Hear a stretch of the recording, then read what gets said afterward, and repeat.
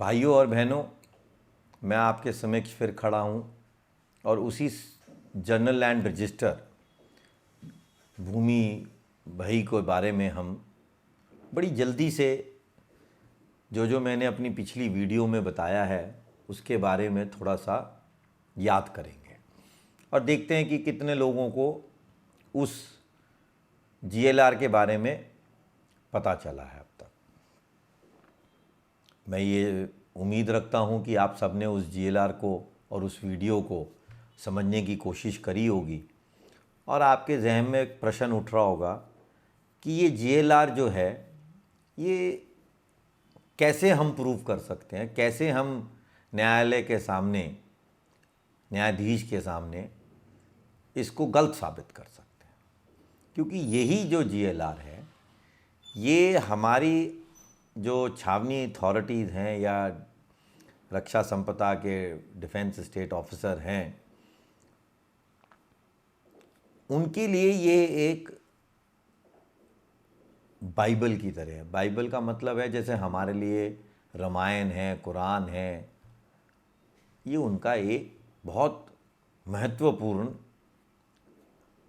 कागज़ है। पर हमने इसको प्रूव करना है कि ये जो कागज़, ये जो जीएलआर है, ये बिल्कुल ही जो कानून लिखे गए थे सीएलए रूल्स 1925 और 1937 में, उसके विरुद्ध किसी भी नियम को ताक पे रख के ये जीएलआर बनाया गया। तो अब हम इस जीएलआर के बारे में एक बड़ी जल्दी से इंट्रोडक्शन या एक रीब्रश मेमोरी कर लेते हैं कि भाई 1925 में पहली बार कंटोनमेंट लैंड एडमिनिस्ट्रेशन रूल्स के तहत बनी। उससे पहले जो हमारा ज़मीनी रिकॉर्ड था वो या तो कंटोनमेंट छावनी कोड 1879-1912 के तहत था या मैंने जो आपको अगर याद हो तो 1833 का हाउस प्रॉपर्टी रजिस्टर बताया था। तो ये 4 रजिस्टर हैं हमारे पास जो हमें न्यायालय के सामने समक्ष लाने हैं।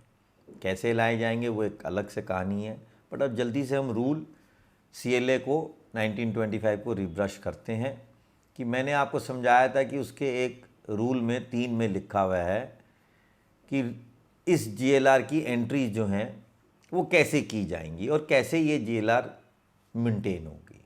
रूल 4 में बताया गया था कि एक म्यूटेशन का अलग से बही बनेगी, वो इस बही से बिल्कुल अलग होगी।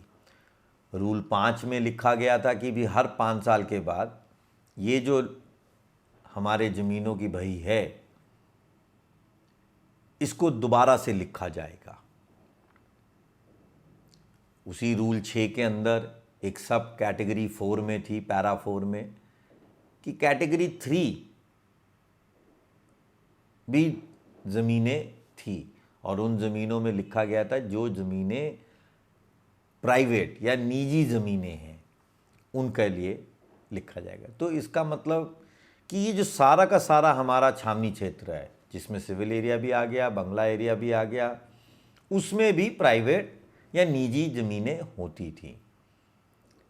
अब ये भी मैंने आपको बताया कि B3 की जब परिभाषा लिखी जा रही थी 1925 में, तो उस टाइम जो ब्रिटिश अफसर थे जब उन्होंने कानून बनाया तो इसको इस तरीके से लिखा कि वो अपनी इस भाषा पे फुल कमांड, जिसको कहते हैं ना, उनको अपनी अंग्रेज़ी भाषा पे पूरा कमांड था जैसे हमें अपनी हिंदी पे है।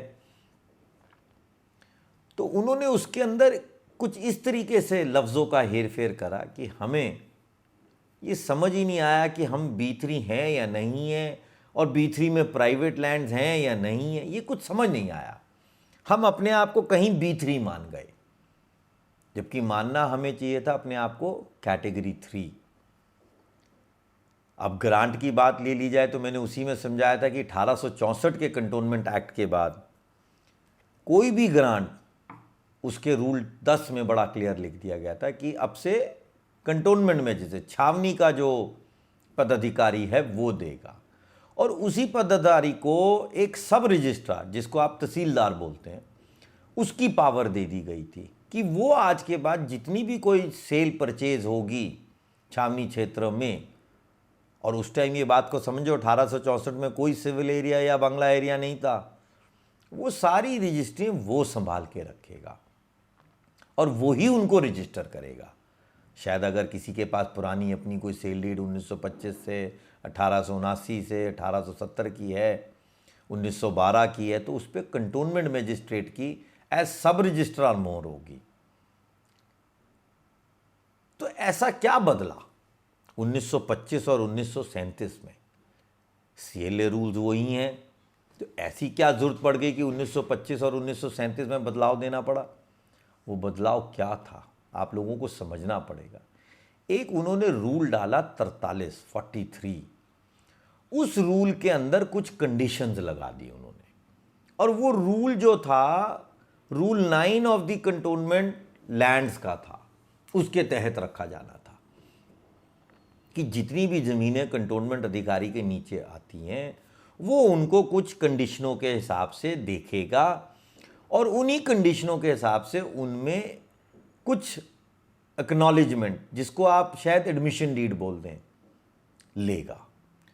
सैंक्शन कैसे मिलेगी, सैंक्शन क्यों नहीं मिलेगी, क्या हमें अपनी ज़मीन को बंटवारा करने का प्रावधान मिलेगा, तो ये सारी चीज़ें थी। और मिलेगा तो कौन उसको परमिशन देगा, तो मतलब मिलेगा तो, बट उसको देगा कमांडर इन चीफ, वरना नहीं मिलेगा। लोकल कंटोनमेंट मजिस्ट्रेट पे वो पावर नहीं थी। तो उस रूल 9 के हिसाब से उसमें बड़ा क्लियर लिख दिया कि किसी को भी परमिशन या सैंक्शन, अनुमति नहीं मिलेगी जब तक वो ये मानने को तैयार नहीं होगा कि ज़मीन में जो प्रोप्राइटरी हक है, मालिकाना हक है, वो सरकार का है। तो इस रूल के तहत ये तो कह दिया कि हम इस ज़मीन का 2 भाग नहीं कर सकते, पर अगर करना है तो उसकी परमिशन आएगी कमांडर इन चीफ से, मतलब कर सकते हैं। ये तो नहीं कहीं लिखा कि बिल्कुल ही नहीं कर सकते। तो हर किस्म की, इस किस्म की कंडीशंस A, B, C लगा दी कि अगर हमने बेचनी है तो हमने परमिशन लेनी है।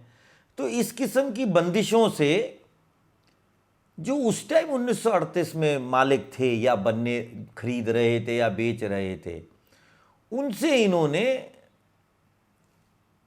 एडमिशन डीड एक प्राप्त कर ली, उसको रजिस्टर भी करा दिया 10 पैसे के कागज़ पे। अगर आप 1938 की शायद एडमिशन डीडें पढ़ेंगे तो वो 10 पैसे के कागज़ पे रजिस्टर्ड है।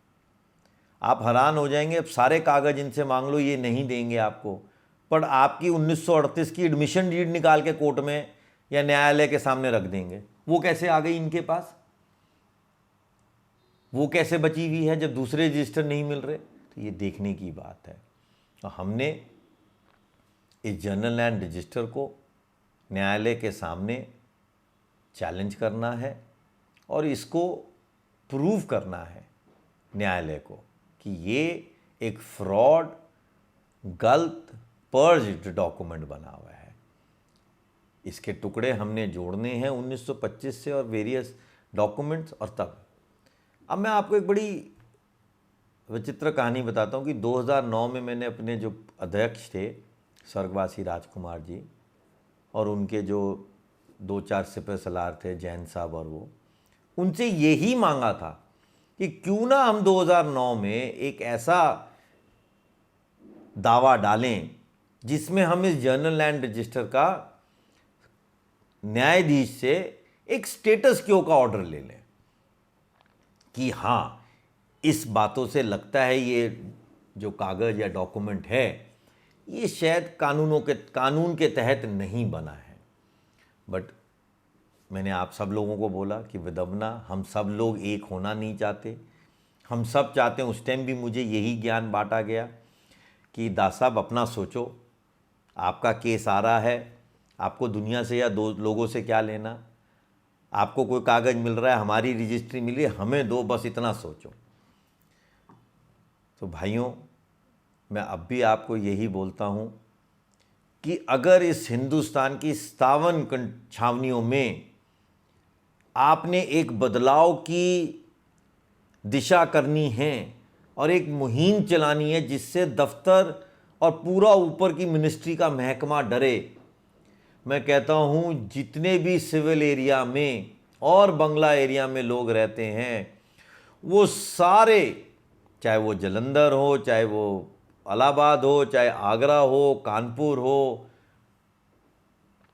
लंदौर हो, कसौली हो, अमृतसर हो, बेलगाम हो, सिकंदराबाद हो, सब अपनी एक एप्लीकेशन बनाओ और डिपार्टमेंट के अधिकारियों से अपनी फुल वॉल्यूम, पूर्ण वॉल्यूम जीएलआर की मांग रखो। और उसके लिए कोई 800, 900, 1000 रुपये की फीस होती है सरकारी, वो जमा कराओ।